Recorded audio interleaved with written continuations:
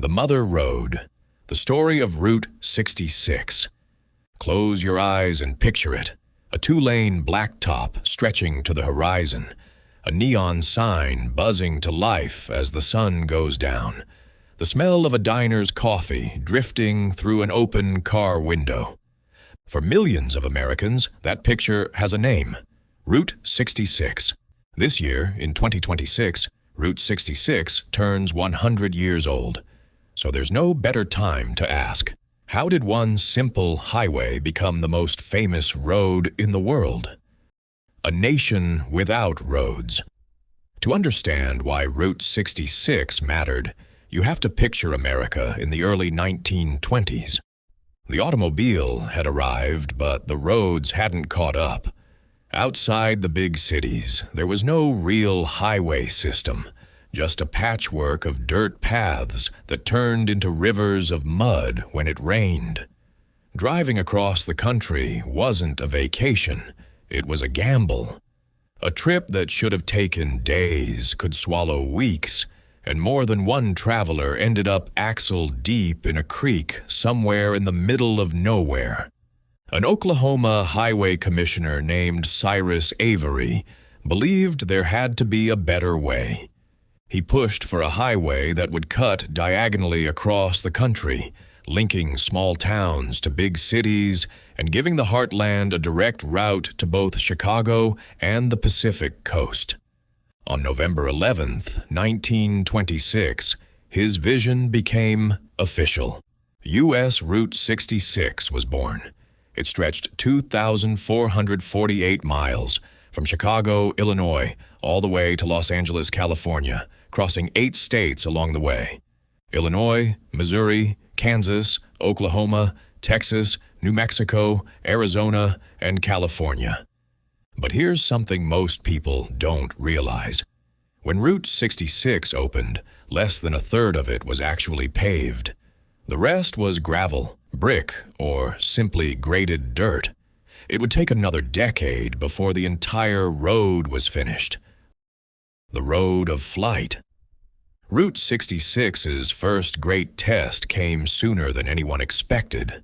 In the 1930s, drought and dust storms devastated the farmlands of Oklahoma, Texas, and the surrounding plains.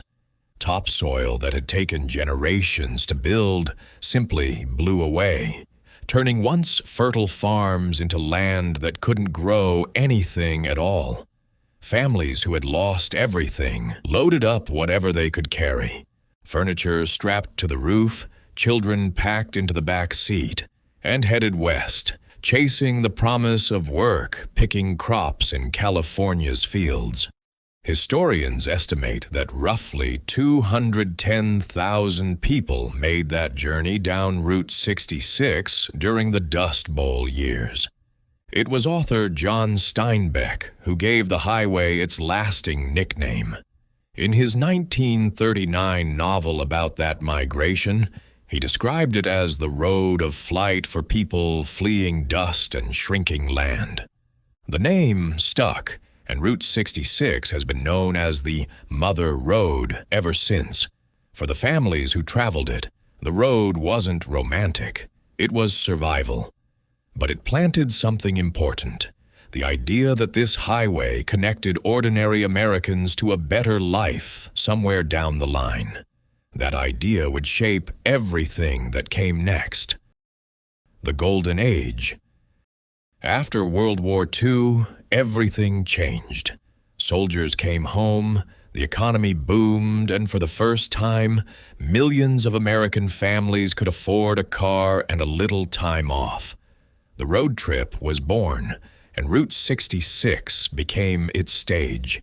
Small towns along the highway transformed almost overnight. Gas stations sprang up on every corner.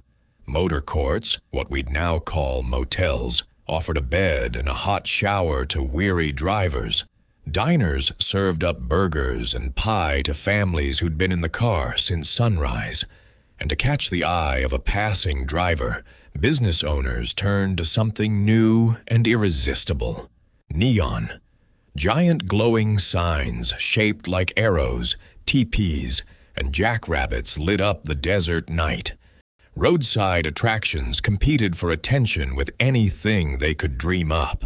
Giant statues, the world's largest, this or that. A chance to see something you'd never see at home. Some of those attractions became legends in their own right. In Oklahoma, a giant blue whale rose out of a small pond, built by a man for his wife's birthday, and later turned into a swimming hole for local kids. In Arizona, travelers could sleep in a row of concrete teepees at a wigwam-shaped motel. Barns and fences for hundreds of miles were painted with the same simple message, "Sea Rock City," urging drivers toward a mountaintop attraction in Tennessee. None of these places needed a reason to exist beyond curiosity. They simply promised something you wouldn't see anywhere else. And on a long, hot drive across the plains, that promise was enough to make a family pull over. Route 66 wasn't just a way to get somewhere anymore. It was the destination. In 1946, a songwriter named Bobby Troup captured that spirit in a tune that urged travelers to get their kicks on Route 66. Nat King Cole's recording turned it into a hit, and over the following decades, artists from Chuck Berry to the Rolling Stones recorded their own versions, carrying the highway's name to audiences who had never set foot in America. Years later, a television series simply called Route 66 brought two young men and their Corvette into American living rooms every week, chasing adventure from one end of the country to the other. Families gathered around a single television set to watch, and for many kids growing up in the early 1960s, that show was their first glimpse of a country far bigger than their own hometown. By the time the series ended its run, Route 66 wasn't just a highway, it was a piece of American identity, as recognizable as the flag or the 50 states themselves. The beginning of the end. But the very success that made Route 66 famous also planted the seeds of its downfall. As traffic grew heavier year after year, the old two-lane road struggled to keep up. It ran straight through the middle of small towns, past schoolyards and main streets, and accidents became distressingly common. In 1956, President Eisenhower signed the Federal Aid Highway Act, launching the interstate highway system. These new highways were wider, faster, and built to bypass towns rather than run through them. One by one, sections of Route 66 were replaced by interstates: I-55, I-44, I-40, I-15, and finally I-10 into Los Angeles. For the towns along the Mother Road, this was devastating. When the interstate bypassed a town, traffic simply stopped coming. Diners that had fed generations of travelers went dark. Motel vacancy signs stopped buzzing. Some towns fought hard to delay the inevitable. Williams, Arizona, held out longer than anywhere else, but even Williams was finally bypassed in October of 1984. Less than a year later, on June 27, 1985, officials made it official.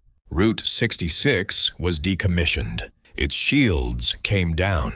It was erased from the federal highway system entirely. As far as Washington was concerned, the Mother Road no longer existed, refusing to disappear. Here's where most highways would simply fade into history. Route 66 didn't. In the small town of Seligman, Arizona, a barber named Angel Delgadillo had watched his community wither after the bypass. Rather than accept it, he decided the road deserved a second chance. In 1987, he founded the historic Route 66 Association, and the idea caught fire. Town after town across all 8 states began restoring what they had almost lost, repainting faded murals, repairing vintage neon signs, and marking the old road with distinctive brown Route 66 shields so travelers could find their way again. In 1999, Congress recognized what these communities had already proven, that Route 66 was worth preserving. It designated the road as a national scenic byway and created a federal program dedicated to protecting its remaining landmarks. Today, travelers still drive Route 66, and not just Americans. People fly in from Germany, from Japan, from all over the world, rent a convertible, and set out to experience what the interstates paved over: small-town diners, hand-painted signs, and a slower, more personal version of America. Some stretches of the original road are gone forever, swallowed by the interstate. But long sections survive, carefully preserved by people who refuse to let the mother road die. A century on the road. So here we are, in 2026, celebrating 100 years since Cyrus Avery's highway first connected Chicago to the Pacific. Route 66 was never the country's oldest road, and it wasn't even the longest. But for millions of Americans, it became something more powerful than either of those things. It became a memory. Maybe your family drove part of it on a summer vacation, stopping at some roadside diner with a giant sign shaped like a cowboy. Maybe your parents talked about seeing it from the back seat, windows down, no air conditioning, counting license plates from other states. Maybe you remember singing along to that old song on the radio, or watching that television show on a Friday night with the whole family gathered around one television set. Whatever your connection to it, Route 66 tells a story that goes far beyond asphalt and road signs. It's the story of a country learning to move, to explore, and to dream a little bigger with every mile. It carried Dust Bowl families searching for a second chance. It carried post-war families searching for adventure. And 100 years later, it's still carrying travelers who are searching for a piece of the America they remember, or the one they always wished they'd seen. The interstates may be faster, but nobody writes songs about the interstate. Thanks for taking this drive down memory lane with us. Until next time, take care, and thanks for watching.